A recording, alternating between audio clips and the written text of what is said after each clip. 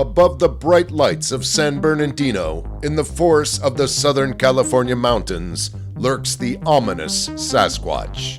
Sightings have occurred in Big Bear and Lake Arrowhead, leading researchers to conclude that they survive here in the mountains. With miles of undeveloped wilderness, reports and evidence of these creatures persist along the Santa Ana River, both contemporary and historical. It was just amazing, you know? Yeah.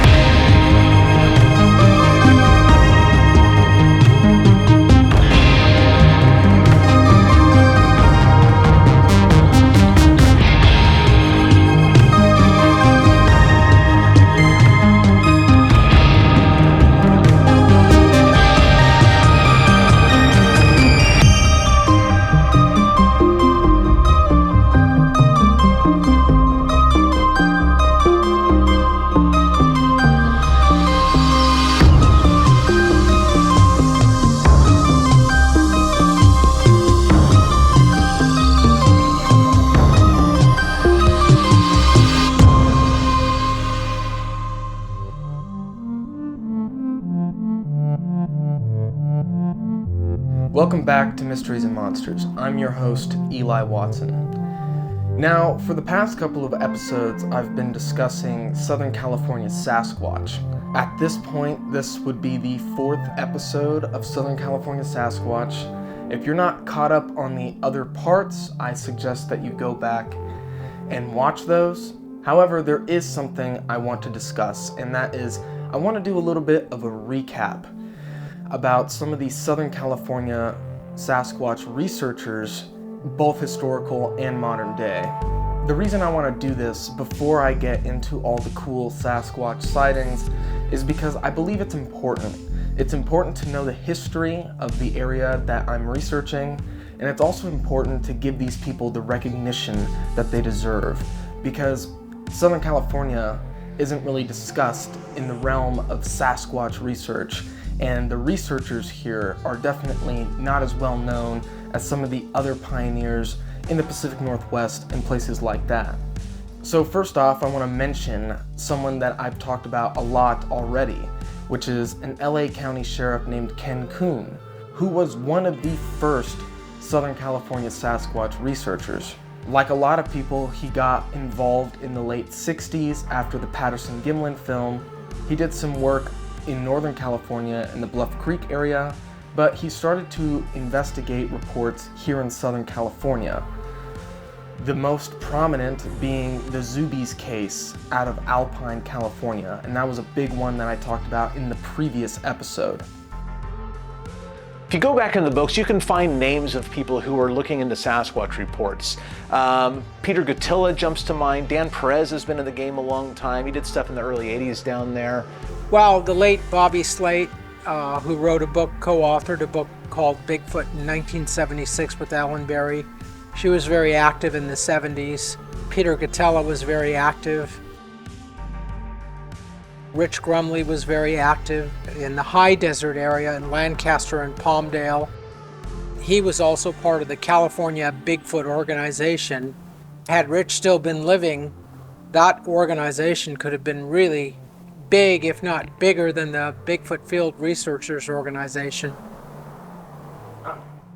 Matt has done a lot of work down here because he's always been, recent years, decades, he's been based in Southern California. I've done some, both with and without Matt. Well, there's some pretty famous researchers. Matt Moneymaker would be one, but I don't know him.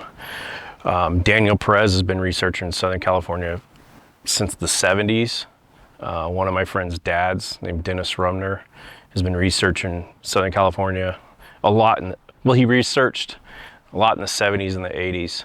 I got into Bigfoot because my friend Tom Muzilla was in this group called the Bigfoot Co-op, which was in Whittier, where Constance Cameron, that was the lady who ran the group. It was about 10 people in the group.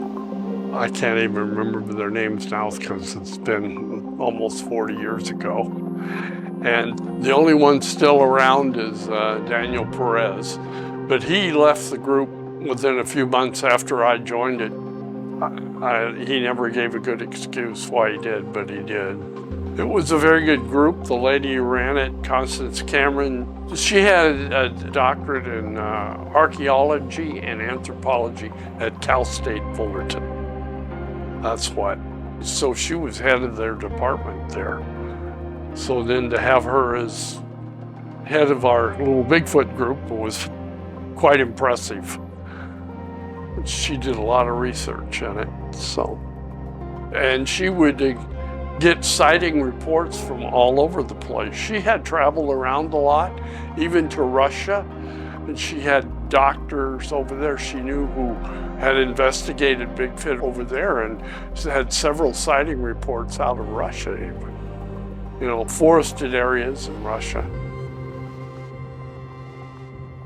So a lot of the work that these Southern California researchers put in is very prominent and still has ripples on the Bigfoot community today. For example, there were lots of groups forming. We had the Bigfoot Co-op with Constance Cameron.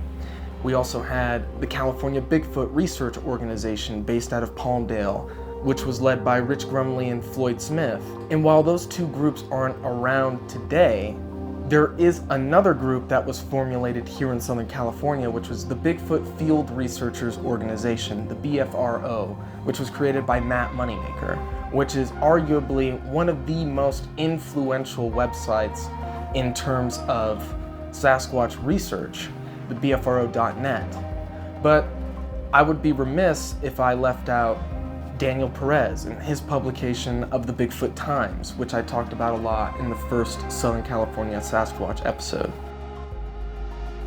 We also have Bobby Short, who created the website Bigfoot Encounters, which was an extremely influential website alongside the BFRO for a long time in the early days of the internet. Bobby Short. Bobby.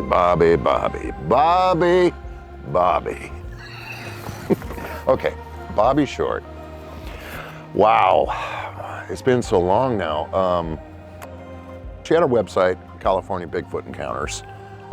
When I first got into the internet, I mean modem, you know, we're talking early 90s, mid 90s. I remember one night sitting out there in my studio thinking, I wonder what's out there in the search engine. Oh, Bigfoot. So I typed in Bigfoot, just out of curiosity, hit enter.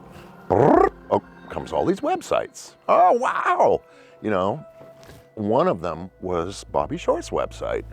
And anybody that's been to Bobby's website knows it's pretty extensive. She spent years building this thing, and the stories and the encounters that are on it, I would spend weeks reading these stories. And that website, her, kind of responsible for like drawing me into this thing. Into this Bigfoot phenomena. Not that I wasn't already into it, but it really made me curious. These stories are just golden, and she has a ton of them. So I began drawing. This is about the time I started drawing Bigfoot. And I contacted Bobby, and I asked her, hey, these are some drawings I've done. My name is Rob. I live in Alaska. I'm an artist, but here, check these out. I've been drawing these Bigfoots. And she saw these things and went nuts. She was like, oh my gosh. Wow, Rob, you need to keep doing this. You need to keep doing this. And she was very encouraging. And I think I might have asked her, if you know any witnesses, let me know, and I'd like to kind of pick their brain, because I really want to know what they look like. Well, Bobby emailed me back, and we became pretty good friends after that, and that's how I got to know her. But she really encouraged me to keep drawing the Bigfoot subject and keep researching. She threw me some names. I really created a lot, and I didn't intend it to take off or anything. I was just drawing this stuff, and it would kind of sit on my desk or whatever, so I started scanning these things, sending them to Bobby. I sent a couple to Jeff Meldrum. I've sent one to Peter Byrne. And back then, this was before everybody was rock stars, and they would email me back. And I remember when Peter Byrne emailed me, I was just shocked. I was shocked. I tried to keep the email for years too, and it just eventually I lost it. But anyway, Bobby was always there, and I would throw things to her, you know, what do you know, how about this? What do you know? And she would tell me, oh, I know this and I know that, and she had her theory. She was pretty hard. She was a skeptic.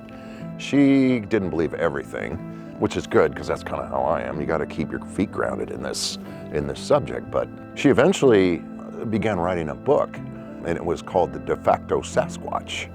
And she hired me and a bunch of other artists to do illustrations for this book. And it was basically kind of her website in a book form, being that it was all stories that she's collected, and with illustrations now from artists.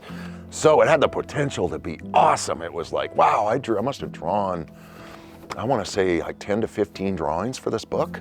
I did the cover. It was looking really good. And I was actually working on a last group of drawings. She wanted me to do pencil sketches, and she wanted them to look kind of rough. I have a hard time making rough drawings because I like to draw perfect, detail. So it's kind of, I have to make an effort to draw rough. I sent her those drawings and everything was fine. I think it was Bobby's daughter that got a hold of me via email and told me that she had passed. And it was quite a shock. I didn't know of any health problems. There was no indication she was just gonna die. But it was very sad. It was very sad. I felt like I lost a friend, but also lost this palette to draw to, this person who would encourage me. And as far as I know, the book has never been published. It is a PDF. There is a PDF file of it on our website. You can look at it. But I sure wish that would have made it to the publisher. I'm sure she does too. I mean, if she was black and white. She didn't like someone or she didn't like something, she would let me know. The one thing she did not like me drawing were conical heads on the Bigfoots. She said the one she saw did not have a conical head, and she would get angry at me. Rob, quit drawing these things with conical heads.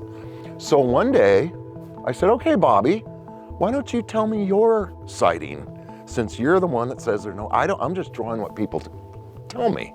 She says, oh, well, I'll think about it. I'm like, Bobby, you should, come on. I kept encouraging her. Come on, it's not a big deal, jump in.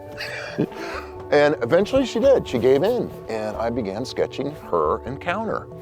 And her encounter was pretty simple. She was hiking in, I believe, Northern California with a small group of people, and she had to go potty. She goes off the trail and she's doing her thing, and she said about, it was pretty close, like 20, 30 feet away from her, walks this female Sasquatch. And she said it looked very old, it looked tired, and she said rejected. She said it looked sad. No conical head, just a round head, and she could tell immediately it was a female because it had saggy boobs, much like an old lady would have.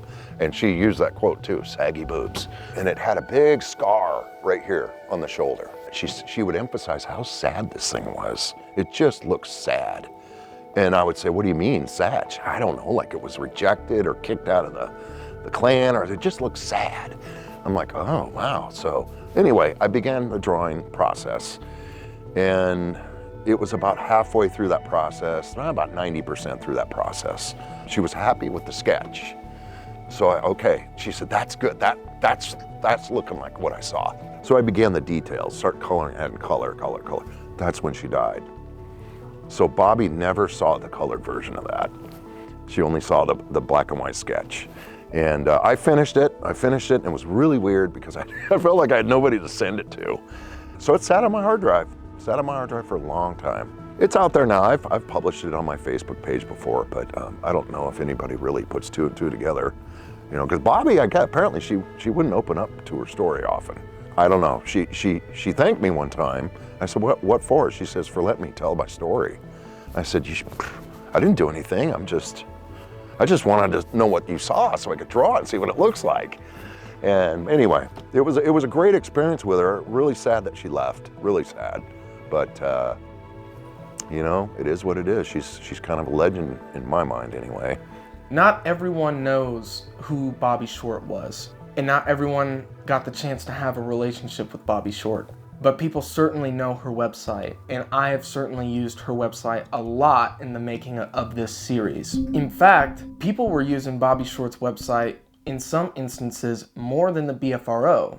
Like, for example, Todd Hale of the Olympic Project, who submitted his sighting to BigfootEncounters.com. I talk about this a lot in the very first SoCal episode, but Todd Hale had a sighting of a Sasquatch in Big Bear when he was a kid.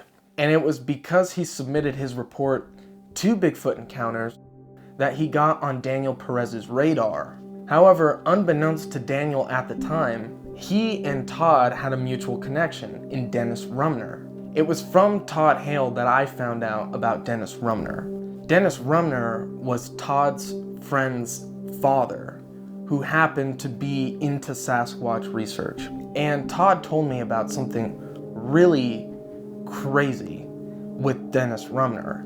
One of the most interesting reports out of Southern California that I know about. One of the most insane pieces of evidence that I can think of in terms of Sasquatch research comes from here in Southern California, and Dennis Rumner is right at the heart of that story. But before I get into that, I want to discuss a little bit about geography, mainly the Santa Ana River.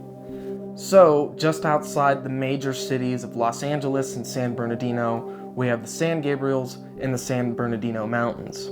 Now, in the San Bernardino Mountains, which I'm focusing on for this episode, there is the tallest mountain in Southern California, which is San Gorgonio, which is a little over 11,000 feet tall. Flowing from San Gorgonio is the Santa Ana River, which is the largest river in Southern California. Rather, I should say it is the largest river that is solely contained within Southern California. It's about 96 miles long, and it flows down from San Gorgonio, cuts across San Bernardino and Riverside County, and then ends up flowing out into the Pacific Ocean. Now, as we'll see, there are a lot of sightings along the Santa Ana River.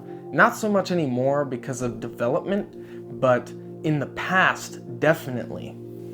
I used to know a lot more about California. The Santa Ana River, it starts up at the base of Big Bear, goes all the way to Newport Beach. And there were sightings in Yorba Linda that I know of on that river. And you think of Yorba Linda now, you picture the 91 freeway and just urban sprawl, but it didn't used to be like that. That used to be a canyon with a river, and it was pretty wild. You know where the dam is right there with the 1776 on it on the 91 freeway coming into Corona? That whole area is like a preserve, and I've heard some stuff out of there too in the 70s and 80s. There's no development down, there's no people.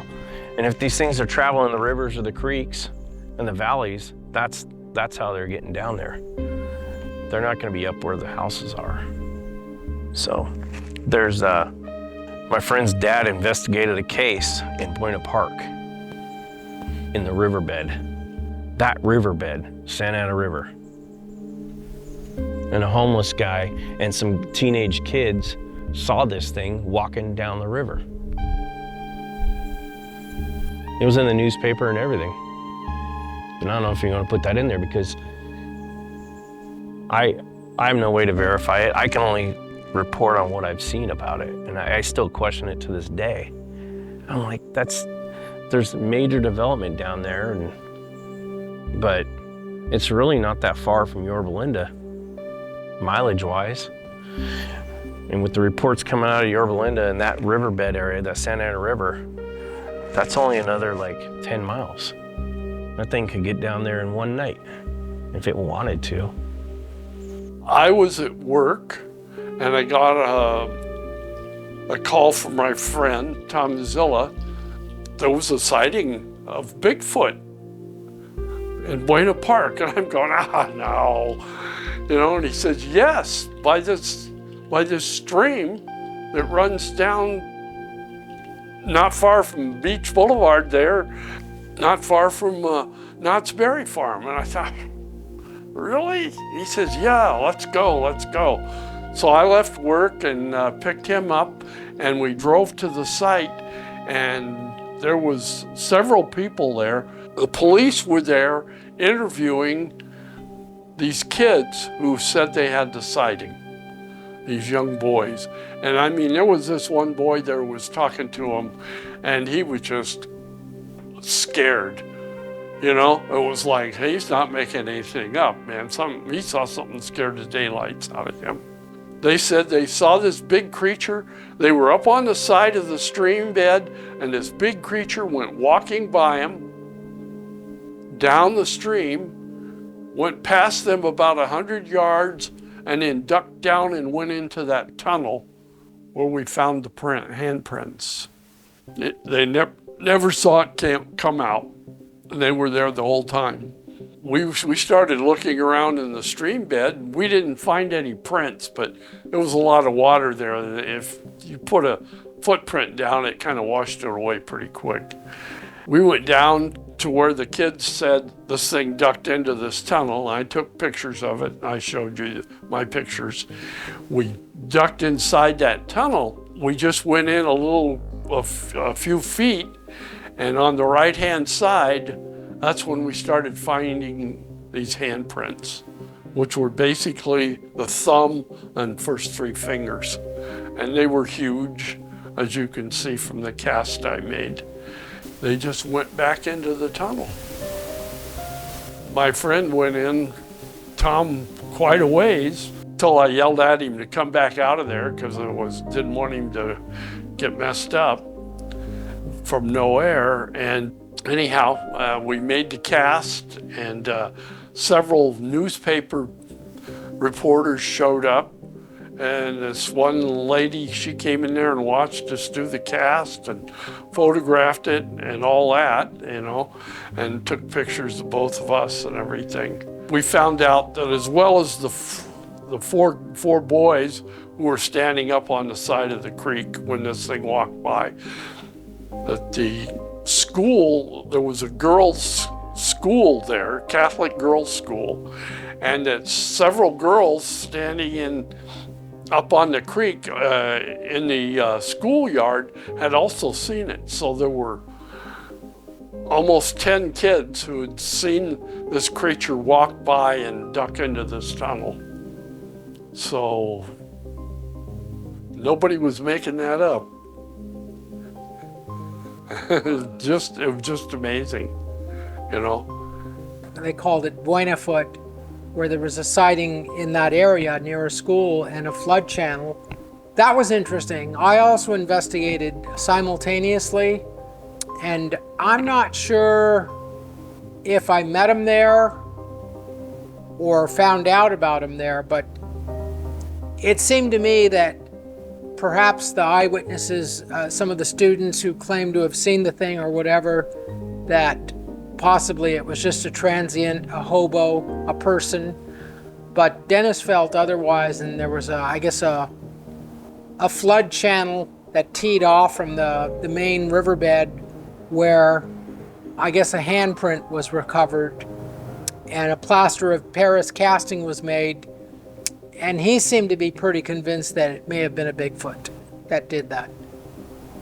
But me, not so much.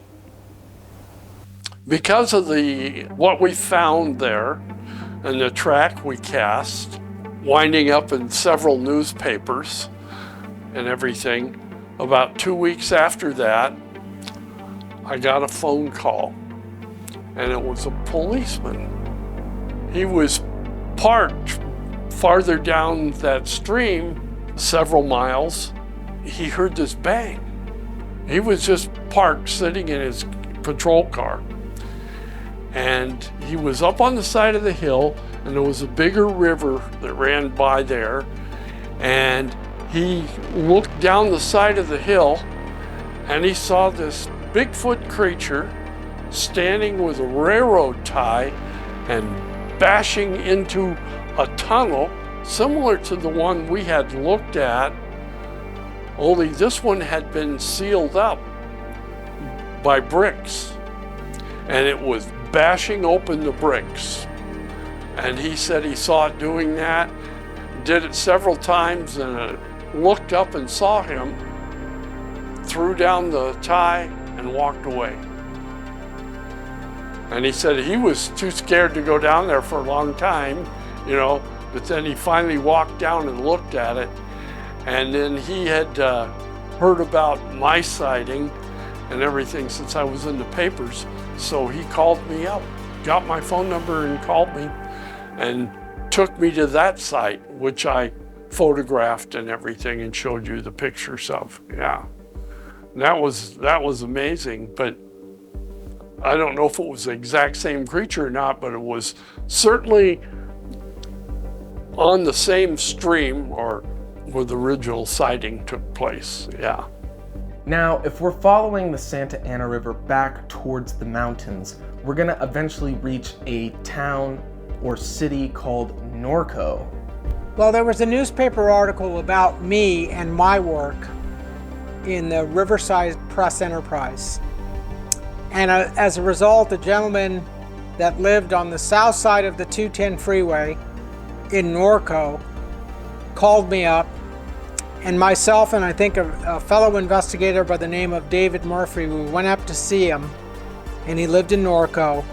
And he talked about when he was a teenager, I think he said something to the fact that they would take his mom's car and go out drinking in the lemon fields that were on the south side of the San Gabriel's, the San Bernardino mountains before the 210 freeway was built, because I think he was living up in that area. And they would hear something, I guess as he explained it, something climbing over a chain link fence coming down a canal where the water came down and going into the lemon orchards. I guess there were lemon orchards up there at the time. And I guess he had multiple sightings up there and as a teenager. And again, these were just a group of teenagers in high school that were just going out having a drink. You know, at that point in time, that's what a lot of people do. Continuing our trend of following the river, we cut close to a town called Fontana, which in my first SoCal episode, I discussed the Fontana Speedway monster, which involved a bunch of people witnessing and encountering a Sasquatch or a Sasquatch-like creature at the Lytle Creek washout, right there at the base of the San Gabriel Mountains. That story is pretty wild, and I highly recommend going back and watching the first SoCal Sasquatch episode if you haven't yet, to learn more about that particular story. However, as we're following the river back up into the mountains, we eventually get to the town of Big Bear.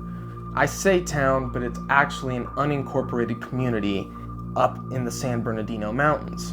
Big Bear is where Todd Hale had his sighting when he was a child.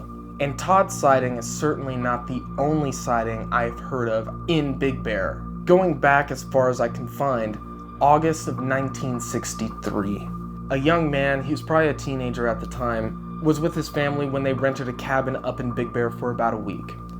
They had went to the movie theaters up there, watched a movie, went back to the cabin, and he realized he had left his wallet at the movie theater. His family refused to give him a ride back to the movie theater, so he was like, well, I need my wallet, so I'm gonna walk down anyways. He walks down from where the cabin is, back into town, gets his wallet, starts walking back. At this point, it is now dark. So he's walking uphill, and he's on one of those mountainous roads where it's cut into the side of the mountain, so it's steep on the right side, steep on the left side, going downwards. And he hears something down off towards his left, and it starts coming towards him, and it's breaking branches, and it's walking straight up the steep slope. He makes this point in his report that it would be difficult for a person to do that without slipping and falling, something I can personally attest to because the steepness of those inclines up in Big Bear are really, really steep. So for anything to be walking up them is pretty strange.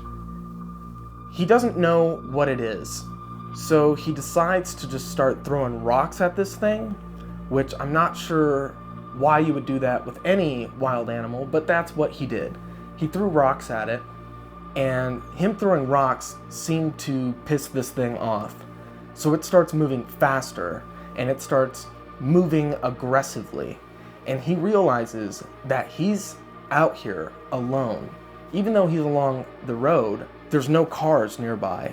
This thing is approaching him fast, He reports that he felt like he was going to die. Just at that moment, a car swings around the bend and stops just before hitting him. And it turns out that it's his mom who's coming to pick him up. I guess she felt bad about making him go walk down to the movie theater to get his own wallet and was coming to pick him up. But her timing was very fortunate because he didn't know what was going to happen to him. He hops in the car and he doesn't say anything about what happened to him.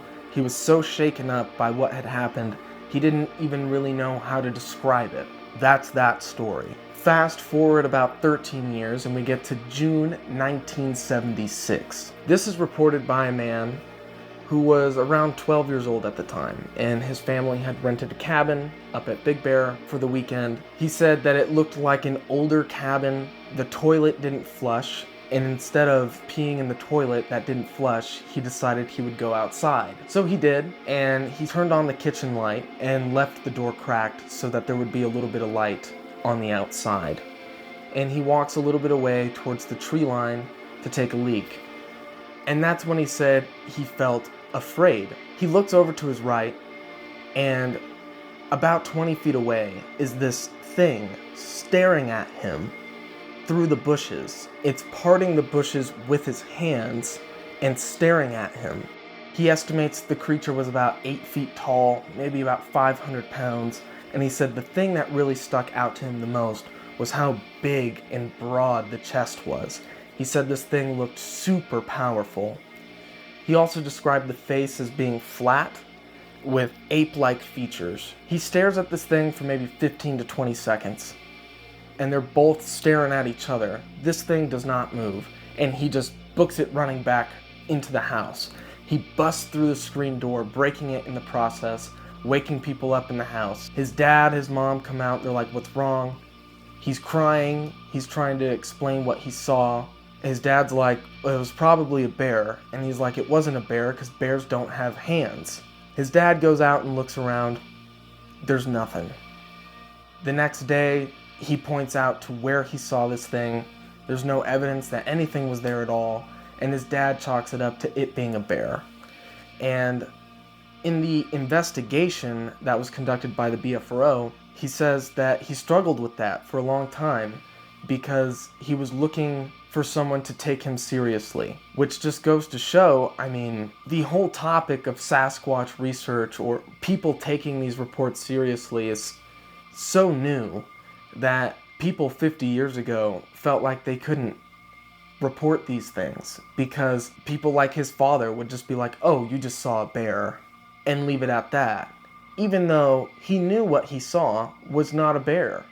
The other aspect of that story that really interests me is that before he saw anything, he reported that he felt scared.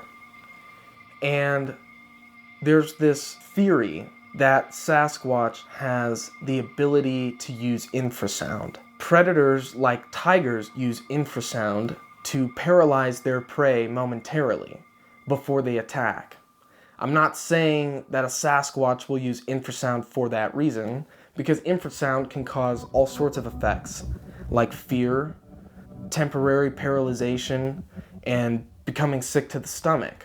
I know what it's like to feel like you're being watched in the woods, and I feel like what people are describing when they say they suddenly feel afraid, or they suddenly feel like they need to get out of there, I feel like is more than just being watched in the woods. I feel like it's more than just this uncanny valley, almost extrasensory perception that we have. In my opinion, it's a response that our bodies are having to infrasound, because infrasound isn't an actual sound, it's a vibration that we feel in our bodies on a biological level. And it causes these irrational feelings. So for that reason, I find that report highly fascinating. As for what it all means or what that Sasquatch's intentions were, I can't say. Moving on to a different report. Going down the hill from Big Bear a little bit, we enter the Barton Flats campground, which is really it's in the bottom of this valley. It's super remote. In October of 1993, a man and his friends went camping. I think it was a group of about 3 people. And He was staying in his van, and his other two friends were staying in a tent. So it's about the middle of the night, and he's woken up because his van is rocking wildly back and forth. And he yells out, "Hey!" And suddenly it stops. But as he yelled, he woke up his friends, who he realizes now are in their tent. And they're like, "What's wrong?" He doesn't respond. He just looks out the camper window. And what he sees is this man-like figure, covered in hair, walking away from the van and into the woods without the use of a light. He hops out of the van and he notices this horrible stench. Him and his friends are freaked. They start a fire and they start talking, and he is double checking that they're not the ones who shook the van. And they were like, "No, we thought you were messing with us," because apparently before that happened, something was throwing pebbles at the tent, and then something came close and brushed the side of the tent. That's interesting to me because I've heard lots of reports out of Colorado and other places in the country where these creatures will come close to tents and almost be fascinated by them. The best theory that I have heard as to why a Sasquatch might be interested in a tent, or interested in a vehicle for that matter, is because they're shiny. When you think about it, nothing in nature is truly shiny, except for maybe the reflection of water. Shiny things are typically man-made. Think about glass, you think about plastic, you think about fiberglass. These things are unnatural, and therefore they might be interesting to Sasquatch. It might just be this shiny object and they want to go touch it and figure out what it is. If these things are apes, they're curious like apes. And if there's something weird and shiny in their vicinity, they might want to go and touch it and figure out what it is.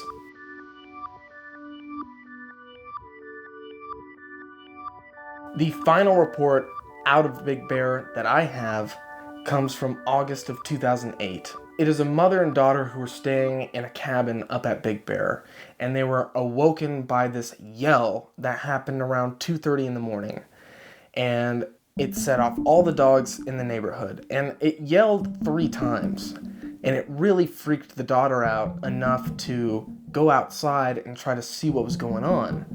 And apparently it woke up the neighbors as well. But the interesting thing that she saw was that there were coyotes running through her backyard.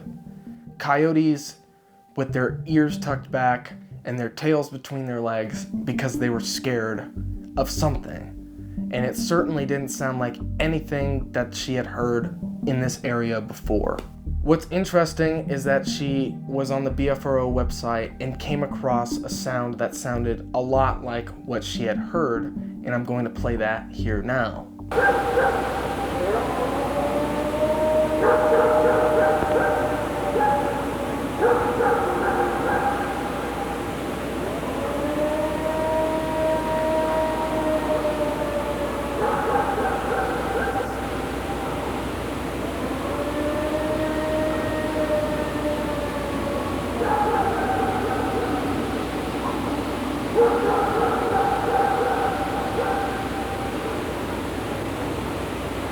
That report was followed up by Matt Moneymaker, who felt like it was legitimate. I find it fascinating, though, the number of summer sightings around Big Bear. Now, for this episode, me and my brother actually went camping near Big Bear, but before I get into that, I want to discuss some other sightings in other locations in the San Bernardino Mountains to better establish a context and a framework for why we chose the spot that we chose. So one location that I found out from Matt Moneymaker and from Cliff was a location called Deep Creek. Deep Creek, one of the more interesting places. It's the creek that runs through the mountains just kind of behind Lake Arrowhead with its headwaters up by Big Bear.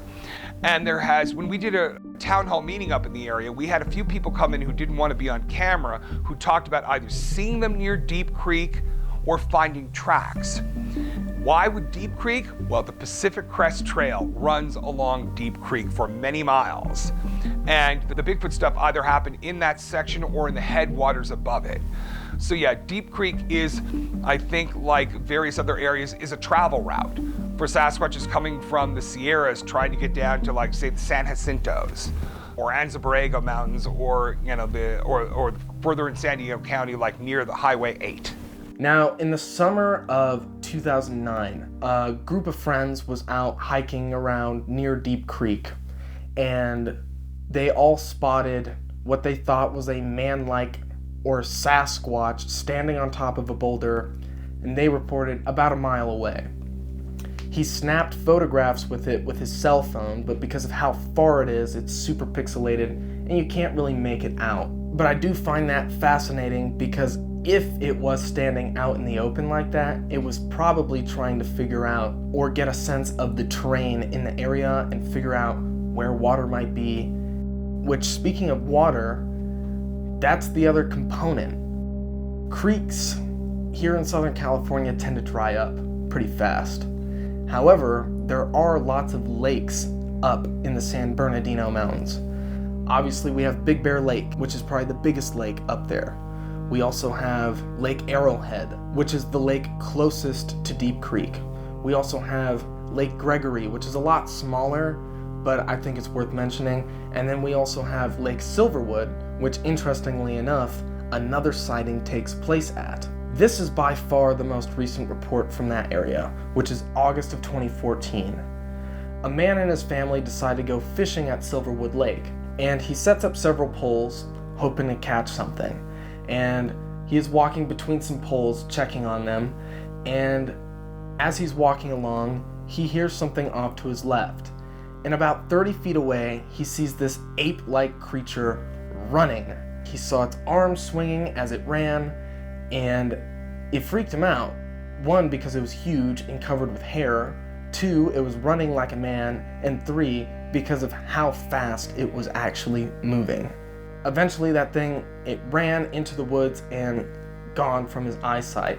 And he was freaked out. He's there with his family. It freaked out his kids, who also saw it. And I mean, the dude wasn't a Sasquatch researcher. He wasn't gonna go run in the woods after it. So I think he can be forgiven for that much.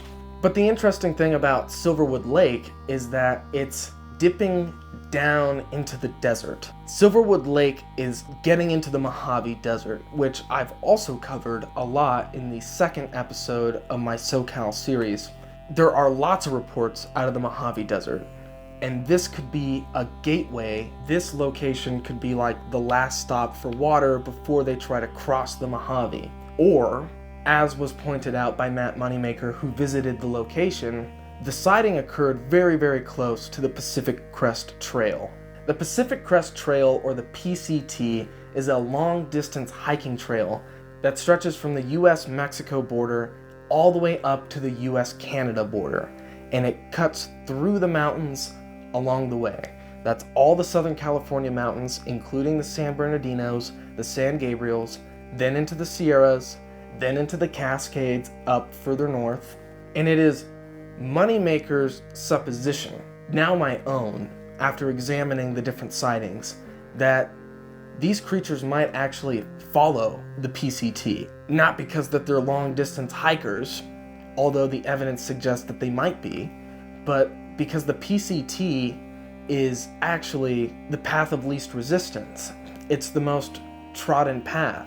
It connects every single mountain range from Southern California all the way up to the northernmost tip of Washington State. They could essentially travel this thing like a highway, and it cuts right through Big Bear, it cuts right through Arrowhead, so the sightings are starting to line up. It seems that all these Sasquatch reports here in Southern California follow something.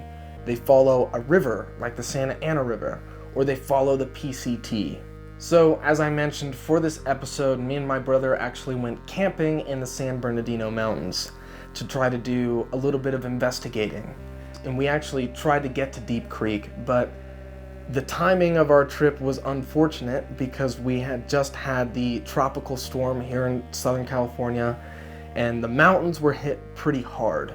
And so I think a lot of that Deep Creek Road was washed out, and we couldn't get in there because the road was closed. And then on top of that, we did try to go to a different location, and my car is not built to handle dirt roads like that. My little Toyota Corolla cannot make it. So in the future, when I go back up there, I'm going to have to rent a 4-wheel drive vehicle, hopefully like a 4Runner or something like that, to really get in deep. To provide additional context for the San Bernardino Mountains, it's full of wildlife. There's bears up there. There used to be grizzly bears up there, which is where Big Bear gets its name from, because of the big grizzly bears that used to live up there before they were all hunted into extinction. So we have black bear, we have mountain lions, we have mule deer, we have foxes, we have squirrels, we have skunks. We have a plethora of wildlife that lives in the San Bernardino Mountains. And in my opinion, with the absence of grizzly bears, which are large omnivores, right? Because they don't just eat meat. If Sasquatch is a large omnivore, which I think it is, it fulfills that same ecological niche, except now its primary competitor, the grizzly bear, is gone. So there's more resources for Sasquatch up there. However, me and my brother did find a spot near Big Bear that seemed very, very promising. It was deep in the woods. Unfortunately, there was people everywhere. We went on a weekend because my brother works a normal job like most people in the world. They don't get to go Bigfooting for a living. So, got my brother behind the camera here. We're gonna do a little night hike. There's a lot of people here in this area, so I don't have high hopes of activity, but the direction we're going, there aren't any people. We're gonna hike out there with no lights except for this from the camera, and yeah, do a few knocks. I'm not gonna do any calls, and hopefully we'll get something. But we also have to be careful that it's not a person responding too. But yeah, let's do it. Let's go.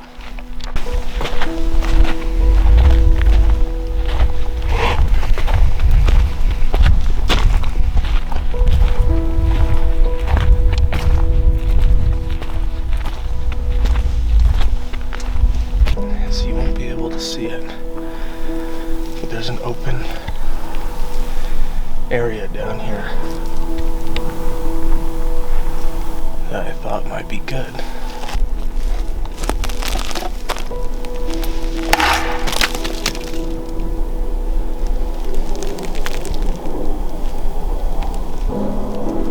Of course, we got the plane going overhead. Oh, I'm trying to get a shot of that.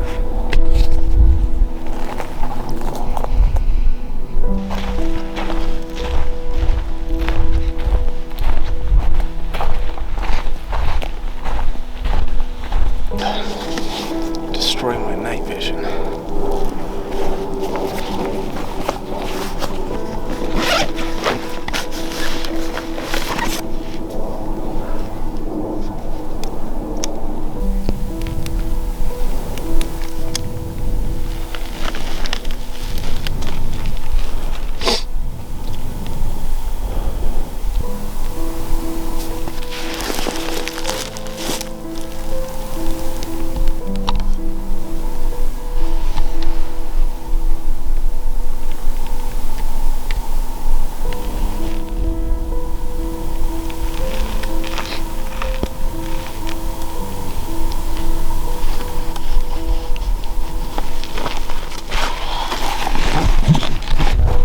Super high hopes because a lot of people. Oh, we just heard a car. Yeah. There's a car, there's children, there's airplanes, sirens.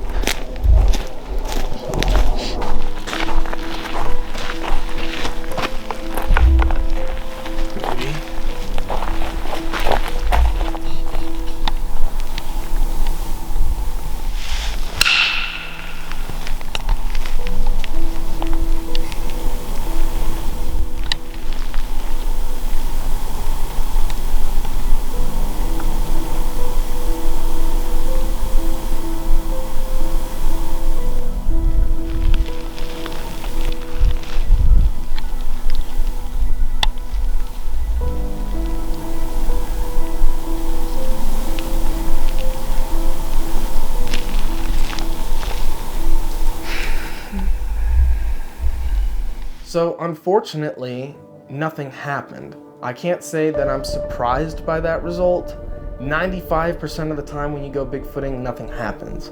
And I feel like those results are amplified here in Southern California. I think the spot we chose was suitable habitat for something like a Sasquatch to live in. However, I don't think it was a good spot necessarily because, one, I think there was just way too many people surrounding us. I think we would have to go on a weekday, probably in the off season when it's not camping season, and I think I'm definitely going to need a four-wheel drive vehicle to really get deep into the mountains because, as you can see from the drone shots, there is a bunch of wilderness, undeveloped wilderness right there in the mountains. I mean, that's where we were camping, was on the edge of that. To get deep in there, I'm either going to have to go backpacking or I'm going to have to get a four-wheel drive vehicle. And I'm not really one to go backpacking, so I'd rather get the four-wheel drive vehicle. I will tell anyone willing to listen that Bigfoot is a real species here in North America of flesh and bones. That's a rare species like the wolverine that is not often seen, but I will tell anyone willing to listen with every fiber in my body, these things are out there. I've never seen one. I would love to see one, but it's not a myth, it's not folklore, even though there's very little good evidence outside of the Patterson-Gimlin film. There's tons of tracks, tons of plaster castings that these are the byproducts of an animal that's moving around, and that is evidence, and it's, although it's not the physical evidence that science demands, such as a body, that has yet to materialize. But if people were to tell me it's a waste of time, I would say, no, it's not a waste of time. This is the biggest anthropological question on the planet, bigger than anything that fossil digs in Africa will ever find out, because we're dealing with something that is not archaic and fossilized, but we're dealing with something that is real and living now as a species that most people will not take the time to become familiar with the data on the subject matter. I think these creatures are definitely out there. I really do believe that these creatures exist here in Southern California, but they're deep in there. They're not hanging out at the edges of civilization all the time. As you can see, I do have a lot of reports from that area, but they're few and far between. We're looking at a couple of sightings per decade, and I'm sure there's more activity going on up there. The problem is, I just think they're hiding deeper in. Just like all the other animals, it's not like black bears are walking through downtown Big Bear, or mule deer are walking through downtown Big Bear. No, they're hiding deep in, where there aren't people. So, in the future, I'm definitely going to go back up there and investigate in a deeper, more secluded location, hopefully with a lot less people, and maybe I'll get something that happens. Also, when the road reopens to Deep Creek, I'll definitely go in there as well. With all that said, I think that covers it for this episode. I hope you guys enjoyed it. I'm definitely looking forward into researching these spots more in the future. So, thanks guys for watching, and I'll see you in the next one.